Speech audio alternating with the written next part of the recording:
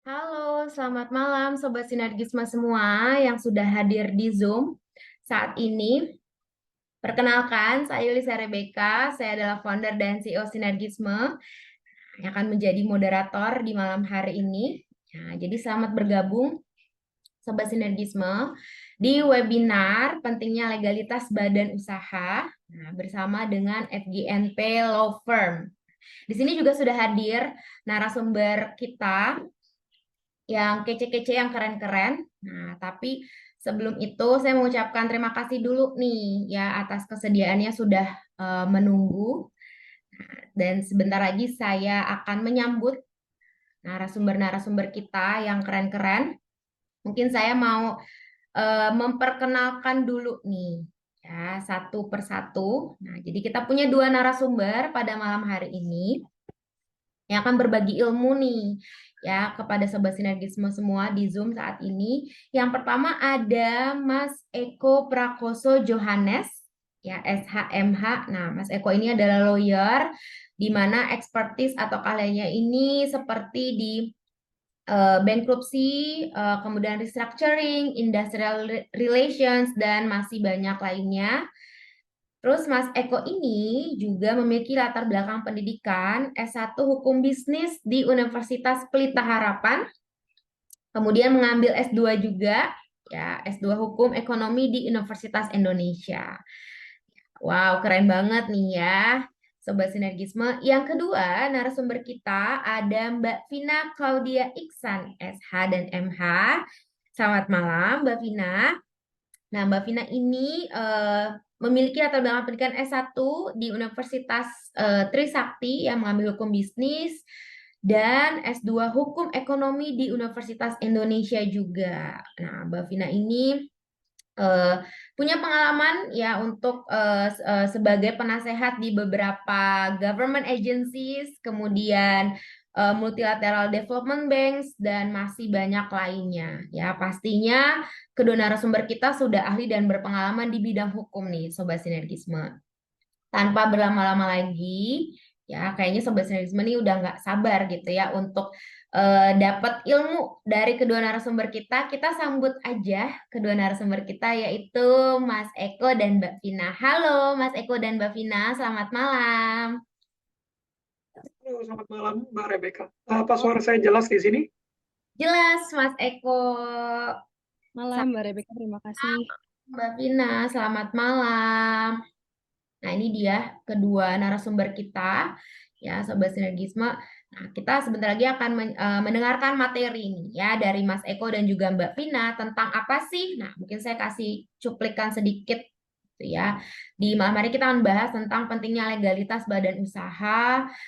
Jadi, Sobat Sinergisme mungkin bertanya-tanya nih ya, badan usaha di Indonesia tuh ada apa aja sih? Ya, jenisnya, terus bedanya apa? Ya, dan gimana proses perizinannya di Indonesia, terutama buat sobat sinerisme yang sudah punya usaha, nah, ataupun yang belum ya, tapi udah punya ide nih, udah punya rencana mau merintis suatu usaha, nah, di masa yang akan datang. Nah, sekarang kita cari tahu nih ya bentuk atau jenis badan usaha yang ada di Indonesia. Jadi harap disimak dengan baik ya Sobat Sinergisme semua dan juga saya mau minta tolong juga untuk matikan dulu audionya selama webinar kita berlangsung. Kalau punya pertanyaan ditampung dulu ya atau boleh tulis pertanyaan di box chat ya. Nanti saya akan bacakan beberapa pertanyaan yang nanti akan dijawab oleh kedua narasumber kita. Oke, tanpa berlama-lama lagi, kita langsung mulai aja nih ya mendengarkan materi dari Mas Eko dan juga Mbak Vina. Waktu dan layar dipersilahkan. Terima kasih. Baik, terima kasih Mbak Rebecca. Perkenalkan semuanya, tadi saya Vina Claudiksan dan dengan Eko. Pada malam hari ini kami akan menyampaikan dan sedikit sharing mengenai badan usaha, bentuk badan usaha dan proses perizinan di Indonesia dalam skala UMKM. Mungkin untuk paparan yang pertama kali akan dijelaskan dulu oleh Eko ya. Eko, saya persilakan. Ya, baik, terima kasih Vina. Sebelumnya suara saya apakah jelas Vina? Ini di sini masih tetap jelas ya, bisa didengar Jelas, oleh. jelas, aman. Terima kasih. Baik, ya selamat malam para peserta webinar. Jadi pada sesi ini yang akan saya bahas adalah terkait bentuk-bentuk badan usaha. Jadi kita kan sering dengar badan usaha, lalu di Indonesia ini ada banyak bentuk-bentuk badan usaha. Tapi sebelumnya saya akan bahas dulu seperti yang ditampilkan di slide, itu ada istilah-istilah yang sering kita dengar. Kita sering dengar ada badan usaha, kita sering dengar perusahaan, kita sering dengar korporasi. Tapi kita harus tahu nih definisinya apa, karena mungkin banyak yang confused, mungkin yang agak kebingungan, mungkin definisinya apa. Pertama kita bahas yang umum ya, badan usaha. Badan usaha itu apa? Badan usaha itu badan usaha yang berbentuk badan hukum atau tidak berbentuk badan hukum yang didirikan di wilayah NKRI dan melakukan usaha atau kegiatan pada bidang tertentu. Jadi badan usaha ini sangat luas pengertiannya. Kalau Anda punya usaha, pokoknya melaksanakan kegiatan usaha di bidang apapun itu, baik Anda berbadan hukum atau tidak, itu masuk definisi badan usaha. Ini diatur, definisi ini ada di Undang-Undang Cipta Kerja. Lalu apa itu definisi perusahaan? Kalau perusahaan itu setiap bentuk usaha yang berbadan hukum atau tidak. Oke, jadi kita harus bedakan perusahaan dengan PT. PT perseroan terbatas beda dengan perusahaan ya. Kalau perusahaan itu bisa berbadan hukum atau tidak, karena dia bisa milik orang perseorangan, bisa milik persekutuan, milik badan hukum seperti PT contohnya yang paling umum, bisa milik swasta, milik negara yang mempekerjakan pekerja atau buruh dengan membayar upah atau imbalan dalam bentuk lain. Ini definisi perusahaan menurut Undang-Undang Ketenagakerjaan. Jadi di bawahnya tentu ada harus mempekerjakan pekerja atau buruh baru masuk ke dalam definisi perusahaan. Karena itu definisi hukum ini kadang tergantung undang-undangnya nih, begitu ya. Nah kalau korporasi ini yang juga kita sering dengar. Orang kalau bahas korporasi, corporation bahasa Inggris, mikirnya pasti PT, badan hukum, padahal bukan. Kalau menurut hukum, korporasi itu apa sih? Kumpulan orang dan atau kekayaan yang terorganisasi, baik merupakan badan hukum maupun bukan badan hukum. Jadi belum tentu badan hukum korporasi bukan PT, bisa aja perusahaan perorangan, persekutuan perdata itu korporasi, asal dia merupakan kekayaan yang terorganisasi. Apa itu kekayaan yang terorganisasi? Secara simpel kekayaan yang terorganisasi itu kekayaan yang Anda kumpulkan, Anda masukkan untuk menjalankan usaha Anda. Jadi kekayaan yang terpisah secara sederhana. Nanti akan saya bahas lebih lanjut. Kekayaan yang terorganisasi.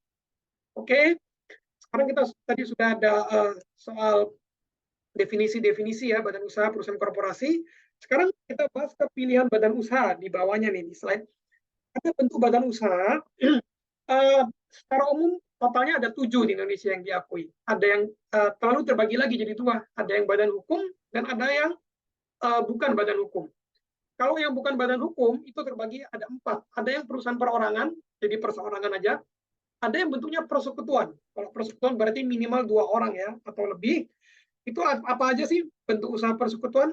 Ada persekutuan perdata, matskap, firma, atau CV. Biasa kita kenal dengan komanditer matskap atau persekutuan komanditer. Ini badan usaha yang bukan badan hukum.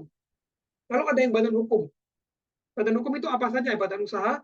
Satu yang paling umum PT, perseroan terbatas. Kemudian koperasi, lalu kok masuk yayasan di sini? Padahal yayasan kan sebenarnya non-profit. Nah, tapi pada kenyataannya, sekarang memang yayasan juga bisa digunakan untuk mencari keuntungan juga, mencari uang ya, walaupun secara tidak langsung. Karena itu kita masukkan juga ke dalam badan usaha. Nanti kita akan bahas lagi ini lebih lanjut. Bisa di next, Vina, tolong. Oke, sebelum kita masuk ke bentuk badan usaha, di Indonesia itu badan usaha, baik yang berbadan hukum atau tidak, yang tadi sudah saya jelaskan, itu bisa masuk ke dalam kriteria UMKM, usaha mikro, kecil, dan menengah. Seperti apa sih kriteria yang saat ini ya, yang terupdate itu kalau Anda masuk mikro, kecil, atau menengah itu, kita tentukan dari 2, bisa dari modal usaha, atau ya di sini ya, hasil penjualan tahunan. Kalau Anda term usaha mikro, kita bahas yang atas dulu ya, dari modal usaha. Usaha mikro itu kalau modal usaha Anda dari Rp1 sampai paling banyak 1 miliar. Tidak termasuk tanah dan bangunan tempat usaha Anda ya. Kalau usaha kecil, itu modal usahanya antara 1 miliar sampai paling banyak 5 miliar. Juga tidak termasuk tanah dan bangunan tempat usaha. Kalau usaha menengah, itu berarti modal usahanya lebih dari 5 miliar, paling banyak 10 miliar. Nah, kalau lebih besar dari itu apa? Ya masuk usaha besar, berarti bukan termasuk, Anda bukan masuk UMKM. Nah, kalau dari hasil penjualan tahunan juga bisa ditentukan. Ini biasanya kalau yang menyusul nih, yang sebelumnya udah UMKM lalu mau masuk kriteria UMKM menurut pemerintah, itu biasanya dilihat dari hasil penjualan tahunan. Hasil penjualan tahunan kalau usaha mikro itu memiliki hasil penjualan tahunan, maksudnya ini adalah omset ya, pendapatan bruto, pendapatan kotor Anda totalnya berapa, itu hasil penjualan tahunan. Kalau usaha mikro sampai paling banyak 2 miliar rupiah. Usaha kecil antara 2 miliar sampai 15 miliar rupiah. Kalau usaha menengah 15 miliar sampai paling banyak 50 miliar. Lebih dari itu masuk usaha besar. Nah, kalau Anda sebelum Februari 2021 sudah menjalankan kegiatan usaha nih di UMKM. Nah, kalau Anda mau masuk kriteria UMKM supaya dapat berbagai benefitnya, nanti dijelaskan juga oleh rekan saya itu biasanya kriterianya sekarang pakai hasil penjualan tahunan. Tapi kalau Anda baru mau daftar sekarang, dilihat dari modal usaha. Oke, kalau kita lanjut lagi di bawahnya ini di slide ditulis nih, perbedaan antara badan hukum dan non badan hukum dalam badan usaha.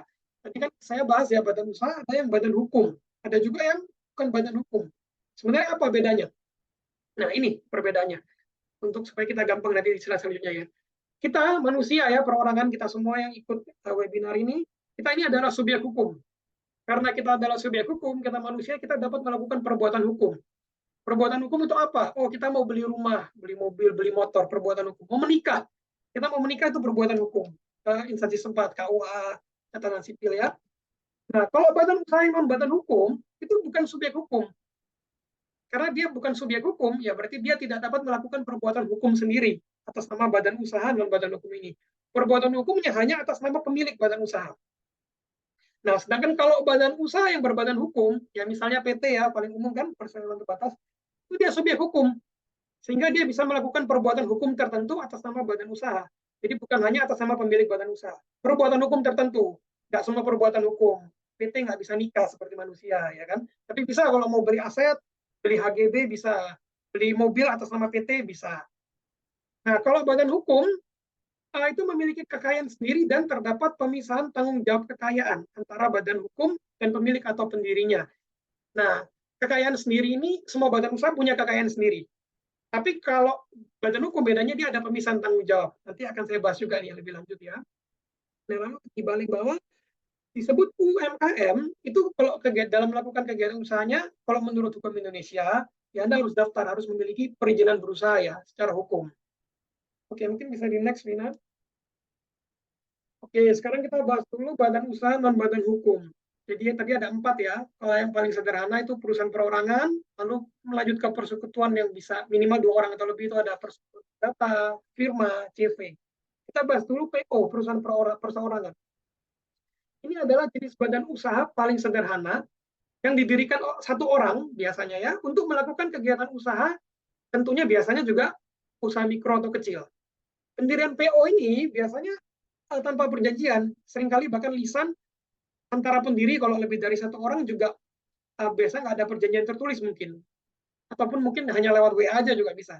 Nah, pendirian PO ini biasanya tidak didaftarkan ke instansi manapun. Legalitasnya memang hanya disetujui antara pendirinya atau antara pendiri dari perusahaan perorangan. Bedakan juga nanti dengan izin ya. Kalau izin dengan legalitas ini agak beda. Ini dijelaskan juga oleh rekan saya. Nah, PO ini seringkali juga dikenal sebagai perusahaan dagang atau usaha dagang. Contohnya paling umum online shop, pedagang kaki lima, toko kelontong. Perusahaan perorangan ini, dia ini seperti yang paling umum. Jadi kalau Anda bingung Anda badan usahanya apa, tapi Anda udah punya usaha, kemungkinan besar Anda masuk perusahaan perseorangan. Contohnya Anda jago Anda bikin brownies. Anda buka di Tokopedia atau di Instagram. Buka toko Anda, namanya Brownies ABC. Anda jual, ya kan Anda jual produk laku. Itu perusahaan perseorangan sebenarnya masuk. Belum tentu Anda ada izin kan, Anda tiba-tiba buka aja di Instagram toko atau di Tokopedia buka laku dapat uang, tapi sudah ada kekayaan tersendiri, kekayaan yang terorganisir walaupun ada perusahaan perseorangan. Karena nanti di Tokopedia udah laku jual kan, bagi yang punya toko mungkin tahu ya. Nanti kan ada saldo Tokopedia, saldo toko. Saldonya bukan atas nama Anda, tapi atas nama toko Anda biasa ditulis misalnya Brownies ABC tadi contoh ya. Itu perusahaan perseorangan. Lalu kalau yang agak sedikit di atasnya itu persekutuan perdata. Persekutuan perdata itu apa? Suatu perjanjian dengan mana 2 orang atau lebih. Jadi ini karena perjanjian minimal 2 orang atau lebih mengikatkan diri untuk memasukkan sesuatu ke dalam persekutuan dengan maksud untuk membagi keuntungan yang terjadi karenanya. Jadi Anda membentuk persekutuan untuk menjalankan suatu bidang usaha untuk membagi keuntungan, itu persekutuan perdata. Setiap sekutu dia beratas nama diri serta bertanggung jawab sendiri terhadap pihak ketiga secara umum, tapi bisa juga ternyata tanggung jawabnya bersama-sama. Nah, persekutuan perdata ini bentuk usaha yang memang didirikan, misalnya kalau Anda berdua atau lebih, Anda ingin biasanya ada juga semacam kesepakatan sama, ngatur misalnya modal berapa, pembagian keuntungan berapa, itu persekutuan perdata. Lalu saya lanjut lagi, selanjutnya ada firma. Nah, kalau firma ini mungkin saya jelaskan dulu definisinya ya. Firma itu adalah tiap perusahaan yang didirikan untuk menjalankan suatu usaha dengan nama bersama. Dia diatur di Kitab Undang-Undang Hukum Dagang. Kalau persekutuan perdata tadi, Kitab Undang-Undang Hukum Perdata. Firma biasanya perbedaan yang paling mencolok dengan persekutuan perdata sebenarnya hanya karena dia nama bersama. Firma biasanya kalau untuk ada kantor pengacara, kantor akuntan publik kalau Anda buka akuntan, bahkan dokter juga kadang praktek bersama bikin firma pakai nama bersama. Setiap sekutu biasa bertindak untuk dan atas nama firma dan mengikat firma. Lalu saya lanjut dulu ke CV. CV ini juga diatur di Kitab Undang-Undang Hukum Dagang. CV itu apa? Itu perusahaan yang didirikan oleh satu atau beberapa orang. Jadi bisa didirikan hanya oleh satu nih CV. Secara tanggung-menanggung, bertanggung jawab untuk seluruhnya, tapi satu orang atau lebih sebagai pelepas uang kepada pihak lain. Jadi CV ini pada prakteknya minimal tetap harus berdua, pendirinya bisa satu, tapi satunya yang harus menjalankan CV. Karena itu, CV itu ada namanya sekutu komplementer, biasanya kalau kita sebutnya itu sekutu aktif, dan sekutu komaniter yang pasif. Apa bedanya? Kalau sekutu komplementer atau sekutu aktif itu adalah sekutu dia yang menjalankan perusahaan, dia bertanggung jawab atas kerugian perusahaan. Itu. Kalau sekutu komaniter atau sekutu pasif, biasanya dia sekutu yang hanya invest. Dia hanya invest uang ke dalam CV, dia nggak ikut menjalankan, dia hanya keluar uang. Nah, karena adanya pemisahan ini antara sekutu komplementer dan komaniter, aktif pasif, seringkali CV dibilang, oh ini semi legal entity, semi badan hukum. Karena kan biasanya tanggung jawabnya sekutu yang pelepas uang terbatas sesuai uang dia nggak ikut melaksanakan. Hampir mirip PT ya nanti ya, ada pemegang saham, ada direksi. Tapi bukan, kalau kita menurut hukum Indonesia, CV ini bukan badan hukum, walaupun ada pemisahan antara sekutu pelepas uang dan sekutu yang menjalankan CV. Oke, lalu yang utama dalam PP firma CV ini kan ada kesamaan kalau kita lihat. Sebenarnya apa sih bedanya dengan PT nanti ya? Karena dia berdiri karena adanya kedekatan antar sekutu. Ada affection yang memutuskan untuk mendirikan perusahaan bersama, nanti tertuang dalam anggaran dasar, dan tentunya persekutuan perdata firma CV ini juga punya kekayaan yang terorganisir. Tapi bukan tanggung jawab terbatas ya, ini nanti kita bedakan. Kekayaannya memang terorganisir. Anda bikin persekutuan perdata, bikin firma, bikin CV, bisa bikin rekening di bank atas nama persekutuan perdata. Berarti ada kekayaan yang terorganisir. Jangan disamakan dengan tanggung jawabnya terbatas atau tidak. Karena kalau Anda PP firma CV, tanggung jawabnya tidak terbatas. Berarti sampai harta pribadi Anda. Itu ya. Harta pribadi Anda bisa ikut untuk membayar utang perusahaan PP firma CV yang Anda punya. Nah, kegiatan PP, firma dan CV, karena tadi kan biasa didirikan antara kedekatan antar sekutu, biasanya itu merupakan suatu profesi. Contohnya akuntan, pengacara, dokter gigi yang mau praktek bersama. Mereka biasa dirikannya ini, persekutuan perdata firma CV. Karena harus saling kenal, harus ada kedekatan antar sekutu sehingga saling percaya. Itu juga di CV. Ada sekutu aktif pasif, ada yang lepas uang, ada yang menjalankan. Anda mau buka coffee shop, Anda nggak ngerti, ya, aduh cara bikin coffee shop gimana, Anda kenal barista yang pintar yang bikin kopi gitu-gitu. Nah, akhirnya Anda negola dengan dia, kamu yang menjalankan CV ini, kamu modalnya kan nggak harus uang, bisa nanti kamu dapat persentase profit misalnya 30%, tapi kamu yang jalankan, kamu yang barista, saya cuma lepas uang, saya yang sewain ruko, sewain berbagai tempat. Nah itu seperti itu. Jadi butuh kedekatan antar sekutu. Itu inti dari PP, firma dan CV. Beda dengan PT, nanti saya akan bahas. Oke, lalu kita bahas lagi ke bawahnya. Nah, PP, firma, CV ini kalau sebelum Agustus 2018, persekutuan perdata Anda nggak wajib daftar ke instansi manapun. Cukup Anda bikin perjanjian sendiri antara sekutu-sekutu Anda. Tapi kalau firma dan CV, wajib daftar ke pengadilan negeri. Supaya Anda dapat perlindungan hukum ya, ada status firma dan CV-nya. Tapi sekarang sudah terbit Permen Kumham nomor 17 tahun 2018, sejak Agustus 2018, Anda mau bikin persekutuan perdata, CV, atau firma, Anda wajib daftar melalui Kementerian Hukum dan Hak Asasi Manusia. Nanti dokumennya apa setelah ada daftar legalitas? Nah, ini yang di sebelah kanan di slide. Anda nanti akan dapat SKT, surat keterangan terdaftar dari Kemenkumham. Pendaftarannya harus melalui notaris ya, karena ini Kemenkumham butuh pendaftarannya. Itu nanti ada setelah mendapatkan SKT ya, berarti secara hukum Indonesia ada status hukumnya, PT, firma atau CV-nya, badan usahanya. Oke, bisa di next, Bina. Nah, sekarang kita bahas ke badan usaha berbadan hukum perseroan terbatas. Yang pertama ya, ini adalah badan hukum. Kalau PT ini diatur Undang-Undang Cipta Kerja, contoh Undang-Undang Nomor 40 Tahun 2007 tentang perseroan terbatas. PT itu apa? Perseroan terbatas itu adalah adalah badan hukum yang merupakan persekutuan modal, didirikan berdasarkan perjanjian, melakukan kegiatan usaha dengan modal dasar ya, ada modalnya yang seluruhnya terbagi dalam saham, atau badan hukum perorangan yang memenuhi kriteria usaha mikro dan kecil.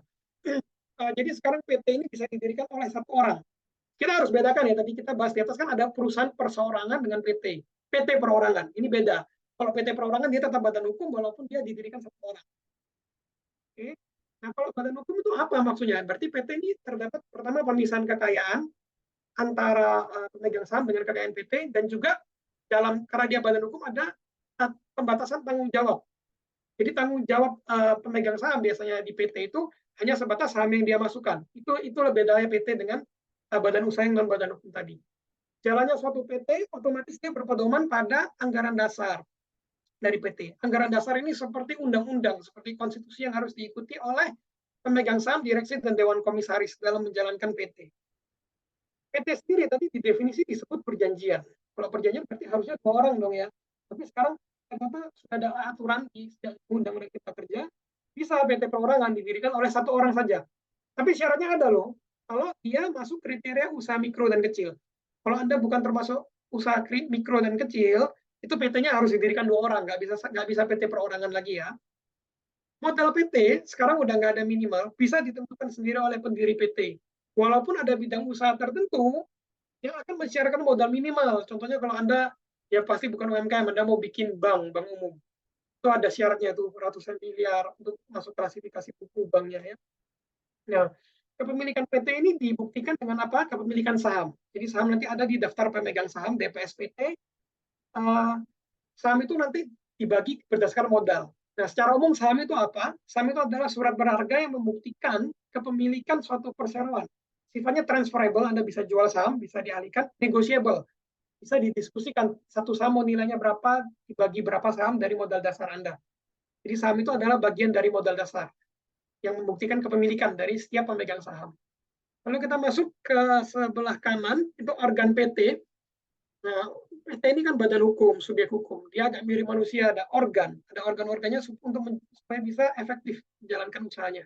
Yang pertama adalah RUPS, yaitu Rapat Umum Pemegang Saham.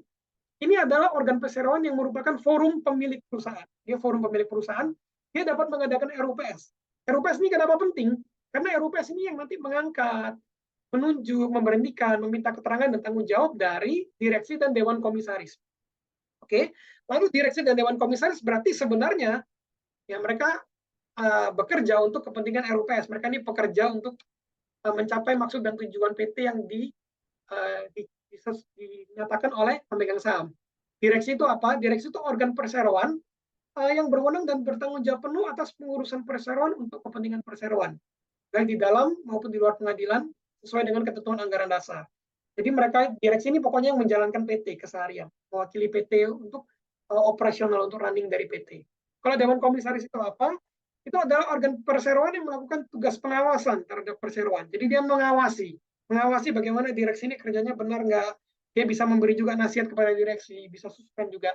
Intinya dia mengawasi agar direksi ini bertindak sesuai dengan maksud dan tujuan perseroan. Oke, lalu kita bahas, nah ini tanggung jawab terbatas bagi organ perseroan. Tadi kita sudah jelas ya bahwa PT ini ataupun badan usaha apapun, termasuk Anda buka online shop, memang punya pemisahan kekayaan pasti, kekayaan yang terorganisir. Tapi bedanya apa dengan badan hukum dengan PT? Pemisahan kekayaan kalau di PT, itu Anda berarti bertanggung jawab hanya sesuai saham yang Anda masukkan. Jadi Anda tidak bertanggung jawab secara pribadi atas perikatan yang dibuat perseroan, atas kerugian perseroan yang melebihi saham yang dimiliki. Misalnya Anda sahamnya masuk ke PT 50 juta. PT punya utang, nggak tahu tiba-tiba nggak bayar, ekonomi susah, utangnya 200 juta.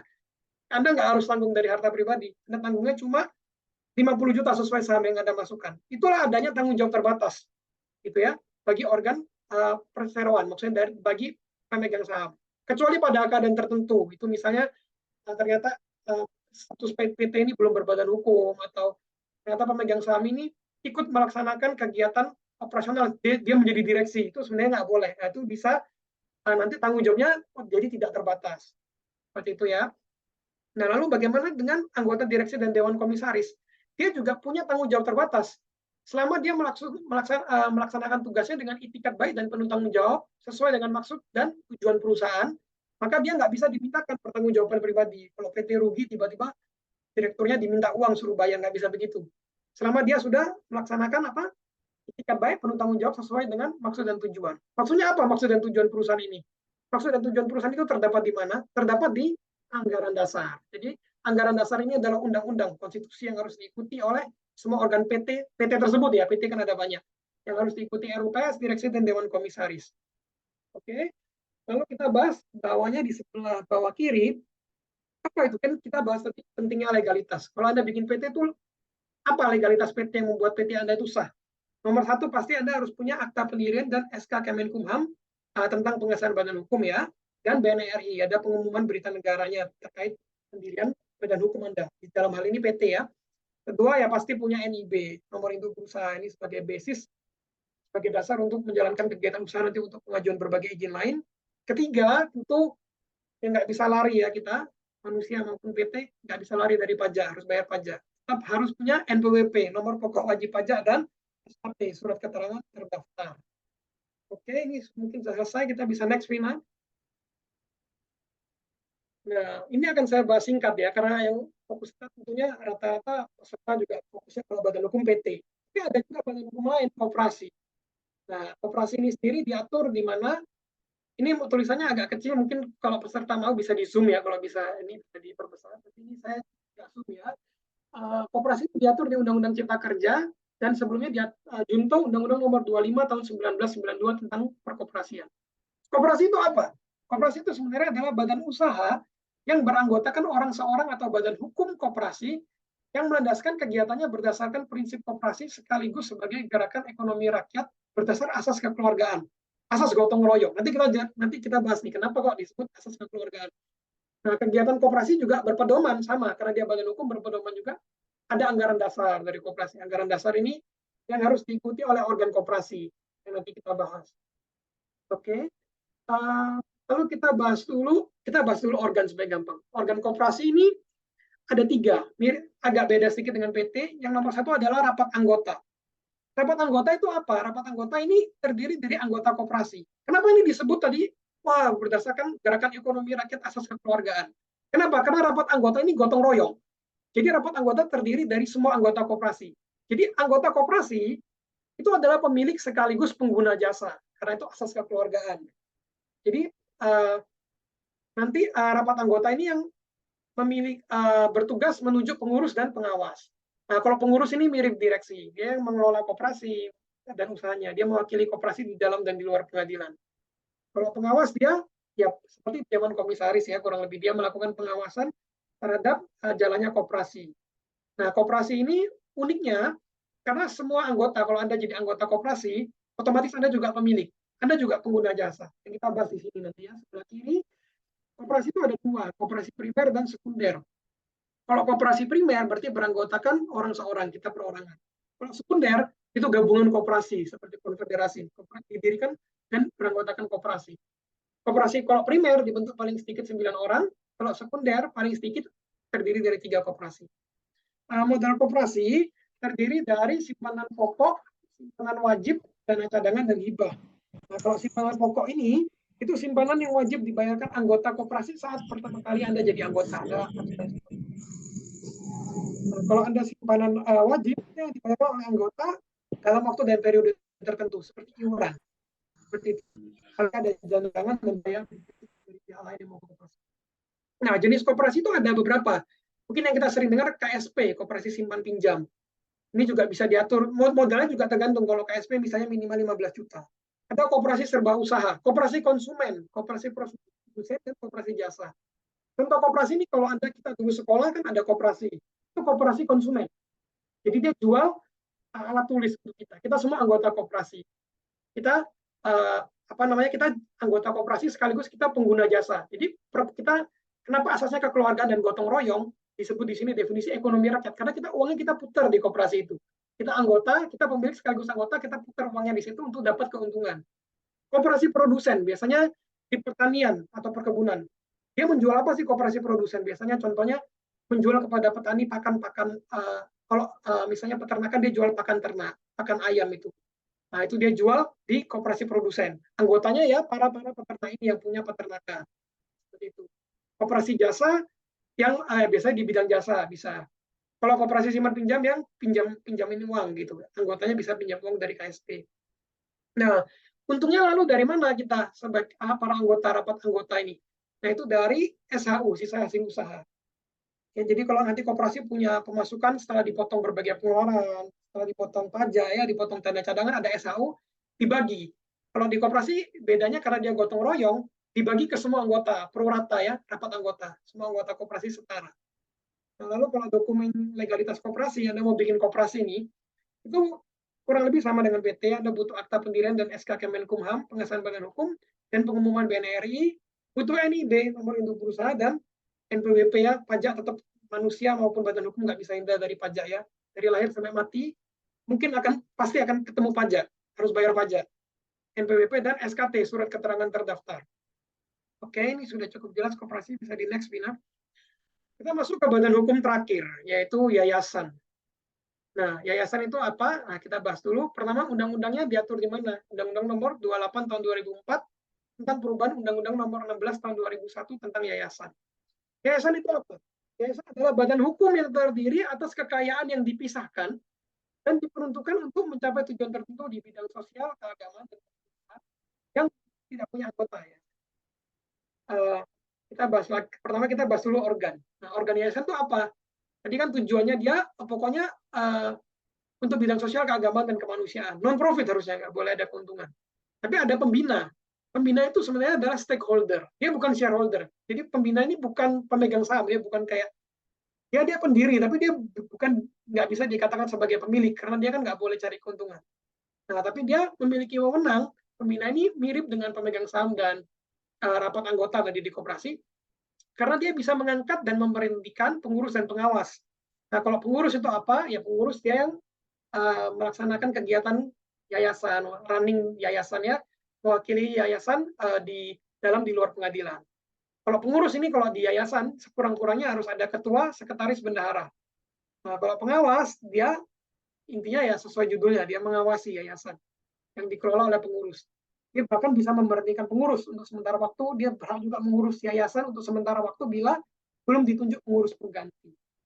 Nah, kita masuk ke kita bagian yang kiri ya dari slide ini. Yayasan itu dapat melakukan kegiatan usaha ternyata untuk menunjang maksud dan tujuannya. Contohnya bisa jualan, bisa misalnya minta iuran pembayaran. Dengan cara dia juga bisa seperti itu, bisa juga dia ikut serta dalam badan usaha lain. Jadi dia jadi pemegang saham dari PT. Nah, kalau dia dari PT dia invest ke PT. Nanti keuntungan PT ini digunakan untuk yayasan. Walaupun kadang bisa juga untuk profit. Nah, yayasan, pembina, pengurus, pengawas ini nggak boleh terima hasil kegiatan usaha, nggak boleh terima profit, nggak boleh terima gaji, bonus, tunjangan, nggak boleh sebenarnya. Tapi dia cuma boleh, nah ini menerima penggantian ongkos dari kegiatan yang dilakukannya. Biasanya sering dikenal kita dengan istilah remunerasi, penggantian ongkos. Nah, kalau kekayaan yayasan ini sendiri terdiri dari apa? Bukan modal kadang, bukan modal karena bukan pendiri ya, bukan untuk cari profit. Bisa dari sumbangan, wakaf, hibah wasiat, atau ya tadi kegiatan usaha itu, cari uang. Contoh yayasan itu apa yang paling sering, yang kita umum, yang bahkan sorry itu saya mungkin untuk cari keuntungan apa? Sekolah, universitas, semua yayasan bentuknya. Anda bikin sekolah swasta, banyak ya sekolah yang Kristen, yang Buddhis itu semua yayasan. Cari untung, nggak berani jawab, tahu. Tapi itu yayasan. Dia menagihkan uang kan, dapat pemasukan kadang besar. Yayasan bisa kaya ya, sekolah-sekolah ya, muridnya banyak. Ya kan, banyak juga, nasabahnya banyak.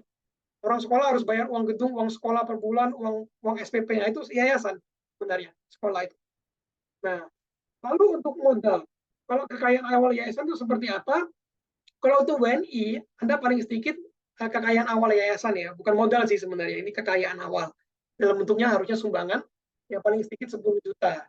Kalau untuk WNA, Anda paling sedikit 100 juta rupiah.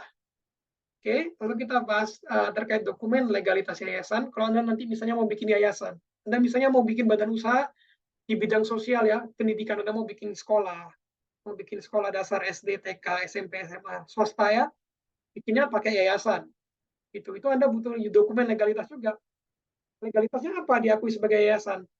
Yaitu satu ya standar, akta pendirian dan SK Kemenkumhamnya harus ada tentang pengesahan badan hukum yayasan ini dan kemudian diumumkan ke BNRI. Kedua, harus ada NIB, nomor induk berusaha. Yayasan, NPWP dan SKT juga tetap ada walaupun ini yayasan. Walaupun nanti pajaknya mungkin sedikit berbeda karena ini badan hukum yayasan ya. Oke, untuk slide ini sudah selesai, bisa di next. Mina. Oke, selanjutnya kita bahas, tadi kan kita sudah bahas ya tentang bentuk badan usaha seperti apa, inti-intinya apa. Nah ini kita selanjutnya dibahas oleh teman saya Vina, masuk ke proses perizinan. Jadi seperti apa sih perizinan? Tadi kan sudah bahas bentuknya, apa itu bentuk badan usaha, seperti apa organ-organnya. Nah sekarang kita bahas kalau izin, setelah kita punya badan usaha, mau izin kan penting itu butuh apa? Itu silakan Vina, dijelaskan.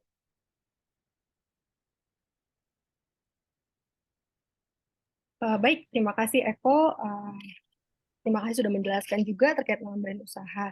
Ya, jadi kalau untuk bagian saya ini akan sedikit menjelaskan mengenai proses perizinan dan gambaran-gambaran secara brief ya, bagaimana sih kita sebagai pelaku usaha ingin mendaftarkan usaha kita, baik dengan perusahaan perorangan atau badan usaha. Nah, memang jauh juga dari amanat Undang-Undang Cipta Kerja, yaitu Undang-Undang Nomor 6 Tahun 2023, yaitu tentang penetapan Peraturan Pemerintah Pengganti Undang-Undang Nomor 2 Tahun 2022 tentang Cipta Kerja, bahwa penting tadi sebagaimana disebut oleh Eko juga sebelumnya bahwa nomor induk berusaha merupakan bukti registrasi atau pendaftaran pelaku usaha untuk melakukan kegiatan usaha dan sebagai identitas bagi pelaku usaha dalam kegiatan berusahanya. Jadi sebenarnya NIB ini merupakan salah satu dokumen yang paling penting bagi pelaku usaha jika ingin mendaftarkan usahanya. Nah, kemudian pendaftaran ini dapat dilakukan secara daring maupun luring dengan melampirkan kartu tanda penduduk. Jadi sebelum kita daftar, teman-teman harus pastikan punya KTP. Nah, di sini lebih lanjut saat ini terdapat persyaratan dasar perizinan berusaha dan juga perizinan berbasis risiko. Namun pada malam hari ini kita akan fokus untuk membahas perizinan berbasis risiko. Perizinan berbasis risiko ini terbagi menjadi tiga, yaitu risiko rendah, menengah, dan tinggi. Nah, caranya gimana sih untuk daftar ya? Teman-teman bisa buka OSS.go.id, kemudian pilih daftar, kemudian jenis UMK. Jika teman-teman itu modal di bawah 5 miliar, berarti masuknya UMK, asumsikan seperti itu. Nah, jika menggunakan perusahaan perorangan atau badan usaha, maka penting tadi dijelaskan oleh Eko ya sebelumnya, kita tuh harus tahu perusahaannya jenis apa yang akan digunakan, akan berpengaruh pada nantinya proses pendaftaran. Nah, kemudian setelah pilih perusahaan apa, isi data verifikasi dan isi data pribadi. Memang banyak banget ada beberapa sektor yang dicakup dalam perizinan berusaha berbasis risiko ini, antara lain seperti kelautan dan perikanan, tenaga nukliran, transportasi, keagamaan, pertanian, perindustrian, dan lain-lain. Nah, tadi kenapa sih kita perlu tahu terkait tentang perizinan berbasis risiko? Karena pada dasarnya risiko ini akan diukur ketika kita daftar nanti, akan terlihat itu risikonya rendah, menengah, atau tinggi. Namun bagi kita penting juga untuk tahu karena untuk mengetahui dokumen apa saja sih yang perlu disiapkan. Jika nanti ketika teman-teman daftar di OSS dan keluar risiko-risikonya berdasarkan KBLI yang telah dicek, kita bisa buka juga OSS.go.id, nanti dicek misalnya perdagangan umum atau yang lainnya berdasarkan KBLI, nanti keluar tuh risikonya. Misal risiko rendah, kita hanya cukup NIB aja dalam berbisnis. Kemudian jika menengah rendah, diperlukan NIB dan sertifikat standar. Kemudian untuk menengah tinggi, diperlukan NIB dan izin. Dan untuk usaha dengan risiko tinggi, diperlukan NIB dan perizinan. Nah, perizinan ini dan untuk menengah tinggi dan tinggi, izin-izin ini akan diatur secara spesifik dalam sektor-sektor khusus ya. Sebagaimana dijelaskan juga di bagian ini, seperti pertanian, perindustrian, dan lain-lain. Untuk next-nya, nah, jadi lanjut ke bagian kemudahan pendampingan dan fasilitasi. Jadi kenapa sih legalitas itu penting? Nah, amanat juga dari pasal 70 PP 7 2021, pemerintah akan memberikan kemudahan, pendampingan dan fasilitasi untuk implementasi pengelolaan terpadu usaha mikro dan usaha kecil. Nah, di sini bentuk-bentuk kemudahan itu antara lain adalah seperti pendirian atau legalisasi berupa pertama pendaftaran perizinan berusaha bagi usaha mikro dan usaha kecil, sebagaimana dijelaskan bahwa sekarang sudah sangat mudah ya untuk daftar, bisa melalui oss.go.id, bisa juga dilakukan secara mandiri ataupun juga melalui notaris atau dengan konsultan hukum jika ingin praktis. Kemudian ada pun kemudahan seperti kurasi, pembiayaan, kemudian penyediaan bahan baku, pemasaran produk, proses produksi. Nah, berikut ini bisa dilihat di layar ya, kemudahan-kemudahan apa saja yang diamanatkan oleh PP 7 2021 terkait dengan kemudahan pendampingan dan fasilitasi untuk UMKM. Namun perlu dicatat juga, kemudahannya hanya berlaku jika teman-teman mendaftarkan usahanya. Jadi sudah secara terpusat dapat didetect bahwa ini adalah usaha yang terdaftar. Nah, di sini juga kita pengen meng-highlight bahwa pemerintah juga menyadari bahwa perkembangan UMKM sebagai critical engine perekonomian nasional terus mendapatkan dukungan pemerintah. Nah, kenapa sih penting untuk mendaftarkan perusahaan, dan legalitas itu kenapa penting? Karena dengan adanya legalitas perusahaan dapat mendapatkan kemudahan-kemudahan sebagian disebut tadi. Nah, contoh konkretnya adalah pada kemarin saat masa pandemi, terdapat kemudahan yang diberikan oleh pemerintah kepada UMKM di program PEN mencapai 123,46 triliun dilakukan lewat berbagai pilar seperti insentif pajak ditanggung oleh pemerintah atas PPh final UMKM. Selain itu, UMKM juga diberi kelonggaran dalam pembayaran angsuran dan bunga kredit. Nah, kemudian di sini juga perlu dicatat bahwa peran UMKM sangat besar untuk pertumbuhan perekonomian Indonesia dengan jumlahnya mencapai 99% dari keseluruhan unit Indonesia. Kontribusi UMKM terhadap PDB juga mencapai 60,9% terhadap penyerapan tenaga kerja adalah 96,9% dari total penyerapan tenaga nasional. Jadi sangat masif ya jumlahnya.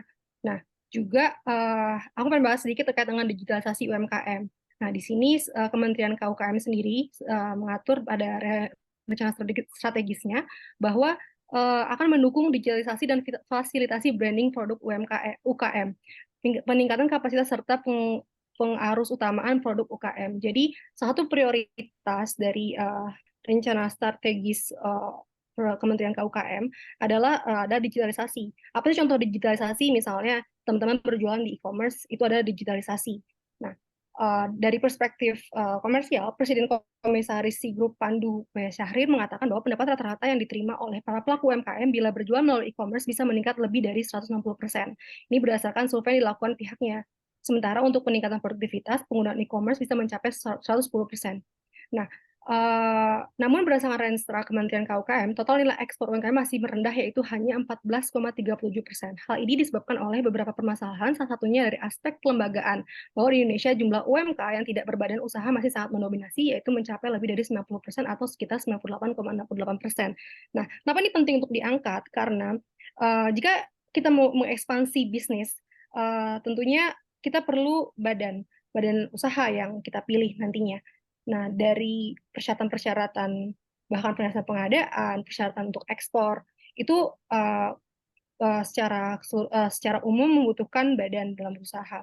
Nah, kenapa juga kita kan bisa tadi disebutkan oleh Eko, kita berjualan secara online pun sudah dapat untung tanpa harus mendaftarkan perusahaan. Namun jika kita mendaftarkan perusahaan-perusahaan usaha kita ya yang kita lakukan di e-commerce tersebut, maka kita juga bisa dapat kemudahan-kemudahan yang mana didukung oleh Kementerian UKM sendiri. Seperti itu. Mungkin itu poin daripada digitalisasi UMKM. Nah, untuk selanjutnya mungkin akan merangkum apa yang telah dijelaskan sebelumnya juga, bahwa manfaat memiliki dan mengurus legalitas perusahaan, salah satunya yang pertama yaitu mendapatkan kepastian dan perlindungan dalam berusaha di lokasi yang ditetapkan, kemudian menjalankan kewajiban perpajakan secara benar dan jelas, serta badan usaha UMKM juga dapat menikmati tarif pajak khusus. Nah, ini kaitan dengan NPWP tadi ya, ketika mendaftarkan perusahaan, legalitasnya salah satunya adalah NPWP. Untuk poin ketiga, apabila perusahaan berbentuk badan hukum, maka perusahaan Anda dapat melakukan perbuatan hukum, misalnya membeli properti tertentu dan kendaraan atas nama perusahaan sebagai operasional perusahaan. Kemudian apabila perusahaan berbentuk badan hukum perusahaan terbatas, maka pertanggungjawaban pemilik sebatas saham yang dimiliki. Badan usaha yang kelima, untuk badan usaha yang terdaftar sebagai badan usaha UMKM dapat menerima berbagai manfaat, bahkan bantuan dari pemerintah. Yang keenam, Kemudian dalam melakukan kemitraan dengan pemerintah, contohnya pengadaan barang dan jasa, yang mana ketika dilakukan pengadaan, tentunya ada persyaratan-persyaratan seperti legalitas-legalitas perusahaan ya, dan persyaratan-persyaratan berapa lama perusahaan telah berdiri. Jadi sebenarnya ketika kita mendatangkan perusahaan lebih cepat sekarang, untuk jangka panjangnya itu akan sangat bermanfaat. Untuk poin ketujuh, hak, kewajiban, dan tanggung jawab Anda serta rekan bisnis dalam perusahaan Anda diatur secara jelas sehingga minimalisir konflik.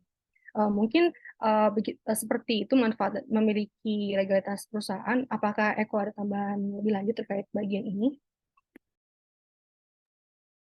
Baik, terima kasih Vina. Mungkin dari saya nanti saya tambahkan sedikit terkait misalnya contoh kita fokus coba kita ke poin 3. Di sini disebut apabila perusahaan berbentuk badan hukum, keuntungannya apa sih Anda badan hukum kalau Anda bikin PT? Perusahaan dapat melakukan perbuatan hukum. Contohnya apa? Beli properti, beli kendaraan atas nama PT ya. Jadi propertinya HGB, misalnya Anda beli tanah atau bangunan untuk bikin kantor, beli ruko atas nama PT. Kenapa ini penting? Anda badan hukum, Anda di PT, kalau Anda bukan badan hukum ya, Anda misalnya bikin sama teman, patungan Anda, persekutuan perdata, mau suatu hari mau beli mobil, mau beli properti, bingung Anda mau pakai nama siapa, nama saya atau nama kamu, kita kan persekutuan perdata, jangan-jangan nanti pakai nama kamu bawa kabur mobilnya, pakai nama, beli ruko atas nama kamu, atas nama sekutu kita, dia jual sendiri, karena kan dia yang pemegang saham resmi. Susah kan, kadang kita misalnya antar sekutu, kalau kita bikin persekutuan perdata, bikin firma, kan nggak bisa ya beli atas nama perusahaan, kita ada rasa nggak adil nih, kok pakai nama dia, kok nggak pakai nama saya aja. Di sini bisa, pentingnya di badan hukum, PT, bisa bikin atas nama PT. Jadi Anda beli ruko, beli mobil, bahkan beli motor bisa atas nama PT, sehingga Anda aman, nggak ada rasa kecurigaan, karena sama-sama pemegang saham di PT. Kalaupun mau jual suatu hari rukonya, harus sama-sama berkumpul di RUPS, rapat umum, misalnya untuk setujui. Itu ya. Lalu mungkin saya highlight poin selanjutnya nomor 4. Tadi ini juga apabila perusahaan berbentuk badan hukum bersama terbatas, pertanggungjawabannya sebatas saham yang dimiliki. Jadi Anda aman, Anda nggak akan dikejar sampai kekayaan pribadi Anda. Anda masukin 50 juta, PT-nya utangnya 500 juta, Anda nggak ditagih 500 jutanya. Anda hanya ditagih sampai 50 juta saham yang Anda tanamkan. Kalau Anda bikin perusahaan perorangan, bikin persekutuan perdata, Anda utang misalnya ya, Anda bikin bisnis catering, contoh-contoh, bisnis catering. Bikin bisnis catering, jualan makanan, tiba-tiba yang 50 porsi Anda bikin 50 orang keracunan, masuk rumah sakit. Karena nggak tahu, mungkin Anda masaknya kurang bersih atau kotor.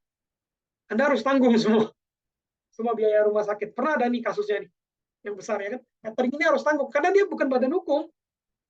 Pendiri cateringnya, perusahaan persorangannya, dia harus tanggung jawab sampai harta dia habis waktu itu jualin aset buat bayarin yang orang keracunan makan catering dia. Nah ini penting, kalau Anda badan hukum kan beda. Anda nggak bertanggung jawab, Anda kan cuma ada direksi, ada komisaris, ada karyawannya, tanggung jawabnya ya oleh PT, bukan salah saya. Perusahaan catering kan PT catering, bukan perusahaan perorangan catering. Nah itu contohnya ya. Oke, kalau poin 5 ini ya tadi kalau Anda terdaftar sebagai UMKM, Anda dapat manfaat, bahkan bisa bantuan dari pemerintah. Contohnya apa? Kalau misalnya dulu pas COVID, bahkan sempat, kalau Anda terdaftar sebagai UMKM yang diakui pemerintah ya, termasuk kriteria Anda punya resmi, Anda bisa dapat BLT, bisa dapat bantuan langsung, dapat tunai cash dari pemerintah. Jadi bagus. Jadi kalau Anda kurang modal, ya jangan pinjam dulu 100. Biasanya pinjam 100, nanti musuhan sama teman gara-gara pinjam 100. Nah ini Anda, kalau Anda resmi UMKM kan Anda bisa, nggak usah pinjam dulu 100 ke teman, dapat bahkan dari pemerintah bantu ya. Lalu saya highlight yang poin 7 deh, yang terakhir ya. Hak, kewajiban dan tanggung jawab Anda serta rekan bisnis kalau Anda bikin perusahaan, baik itu PT yang paling tinggi ya, ataupun persekutuan perdata, itu juga kan punya anggaran dasar sekarang. Itu diatur lebih jelas. Sehingga tadi Anda juga hak dan kewajiban jelas. Nanti kalau misalnya untung gimana, jangan nanti kalau untung terus dimakan satu orang kan Anda pusing, nanti dia makan duit Anda. Tapi kalau di sini sudah diatur kan sangat jelas. Nanti kalau kita untung pembagiannya seperti apa, siapa yang dapat berapa. Kalau rugi gimana, nanti yang kita harus masukin uangnya gimana. Jangan nanti ya kayak tadi ya pinjam 100 terus nggak dibayar, nanti musuh kan. Lebih baik kan diatur, ada hak kewajiban tanggung jawabnya jelas, sehingga ini meminimalisir konflik. Lalu poin terakhir yang saya mau tekankan, tadi kita kan sudah bahas terkait badan usaha yang non badan hukum, yang Misalnya PP, firma CV itu kan tadi saya bahas karena kedekatan, karena kita saling mengenal, kita memutuskan untuk membuat usaha bersama. Contohnya pengacara ya, seperti kita di FGNP ini bentuk misalnya persekutuan perdata bentuk firma karena saling kenal bersatu.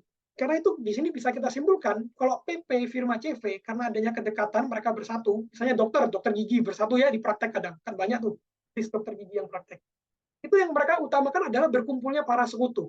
Berkumpulnya para sekutu untuk bersatu, mereka punya skill yang digabungkan, misalnya para dokter gigi, para arsitek, para akuntan, kadang akuntan publik ya, seperti mungkin nanti Mbak Rebecca, itu dia bisa yang dipentingkan berkumpulnya sekutu karena mereka punya skill itu nanti bisa memajukan PP persekutuan perdata firma atau CV. Jadi mereka mungkin tidak terlalu penting di badan hukumnya karena lebih penting di skillnya untuk menjalankan perusahaan.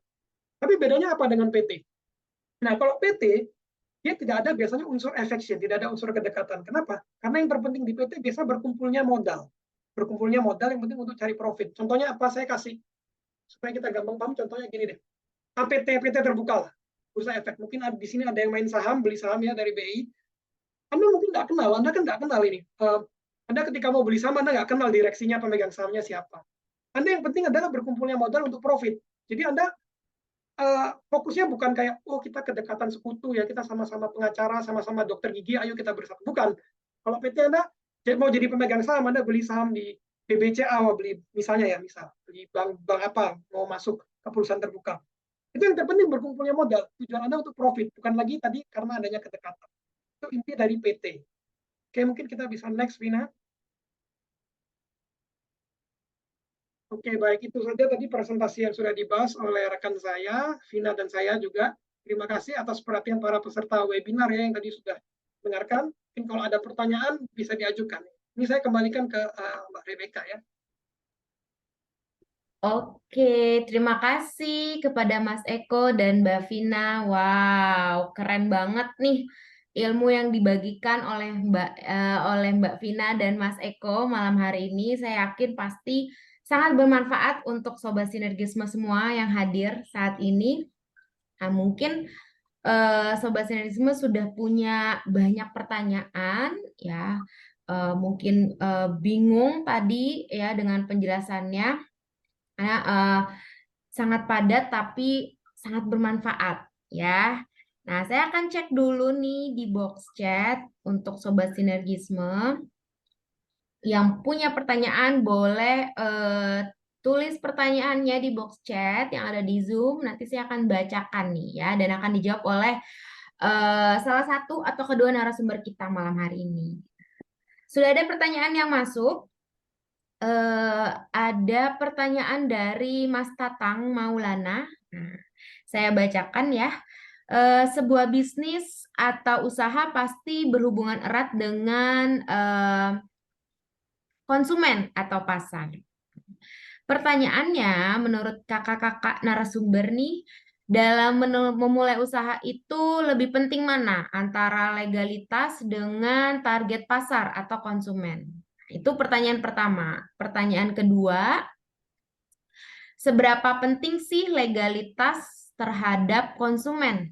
Nah, dua itu dulu deh pertanyaannya ya dari Mas Tatak Maulana. Silahkan dijawab oleh Mas Eko atau Mbak Vina. Dipersilahkan, terima kasih.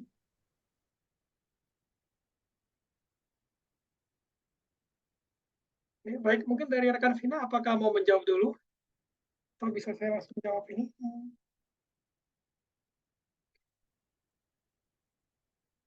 Ya, saya akan coba jawab dulu seperti ini ya. Tadi ini dua pertanyaan memang berhubungan.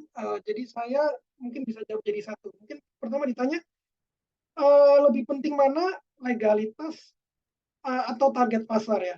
Untuk yang saya bahas tentunya lebih ke legalitas ya. Karena kalau target pasar ini mungkin uh,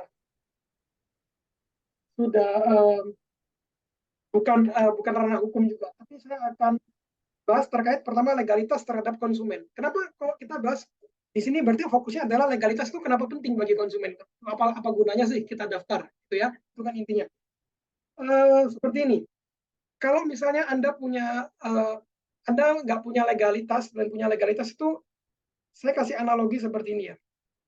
Anda sekarang di sini kalau misalnya mau menyetir, kita semua di sini nyetir butuh SIM nggak ya? Butuh SIM ya, mobil atau motor kita butuh SIM. Tapi kalau suatu hari Anda nggak punya SIM, Anda nggak punya SIM, Anda nyetir, atau Anda lupa bawa SIM, Anda nyetir, Anda nggak nabrak siapa-siapa, nggak nabrak Anda, pulang dengan selamat, pergi dengan selamat, ya salah nggak kalau gitu nggak bawa SIM, nggak punya SIM? Kan Anda nggak merugikan siapapun, nggak ya, Anda nggak punya SIM tapi Anda nggak nabrak siapa-siapa, gitu. Nah ini, tapi kenapa orang butuh SIM? Nah ternyata SIM ini dibutuhkan sebagai kolektif. Kalau secara hukum itu kita di sini kolektif membutuhkan SIM sebagai jaminan kalau semua yang ada di jalan raya itu bisa menyetir, sudah dibuktikan bisa menyetir dengan baik. Nah itu pentingnya legalitas terhadap konsumen, termasuk juga misalnya legalitas kalau Anda punya izin. Anda misalnya buka tadi usaha catering, ada yang mungkin nggak izin, bahkan nggak ada izin untuk usaha restoran, ya kan?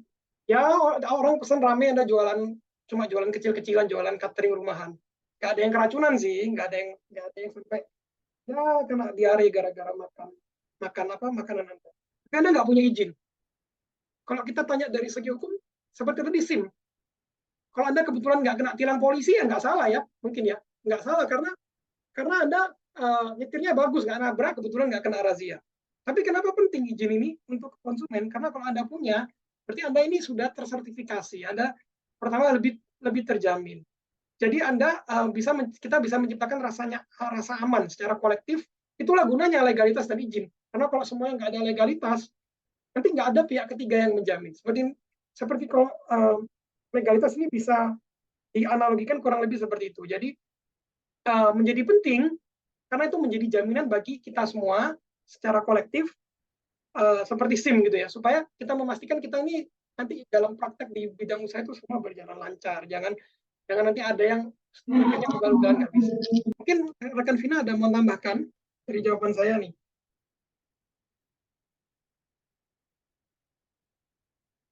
Mungkin nambahin sedikit aja untuk sambil lihat target pasar juga sangat paralel legalitas harus diurus ya. Karena mungkin dari Eko tadi sudah cukup jelas sih.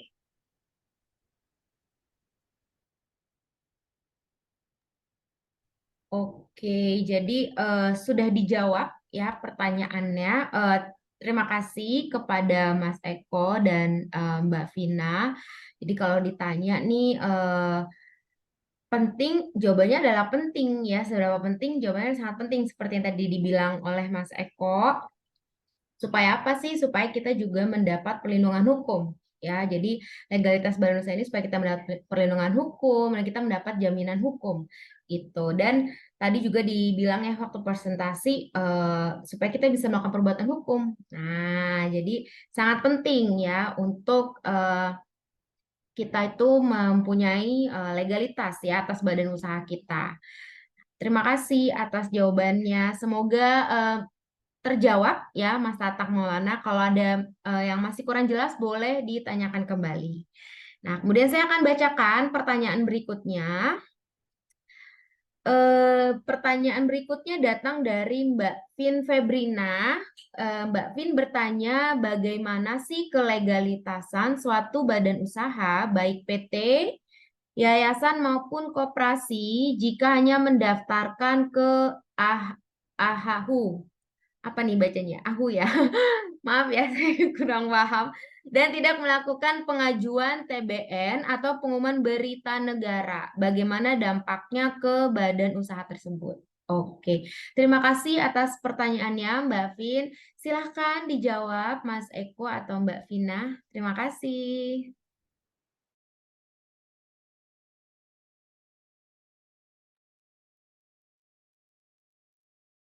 Oke, tadi saya jawab bagaimana suatu badan usaha PT yayasan kalau dia tidak daftar. Kalau kita secara hukum, secara legalitas ya, uh, seperti tadi kalau misalnya kita bahas di slide itu suatu PT dari Permenkumham juga dia selain dia punya akta pendirian yang nanti sudah kan prosesnya akta pendirian bikin di notaris, habis itu daftar ke nanti keluar SK Menkumham, nanti pengesahan badan usaha.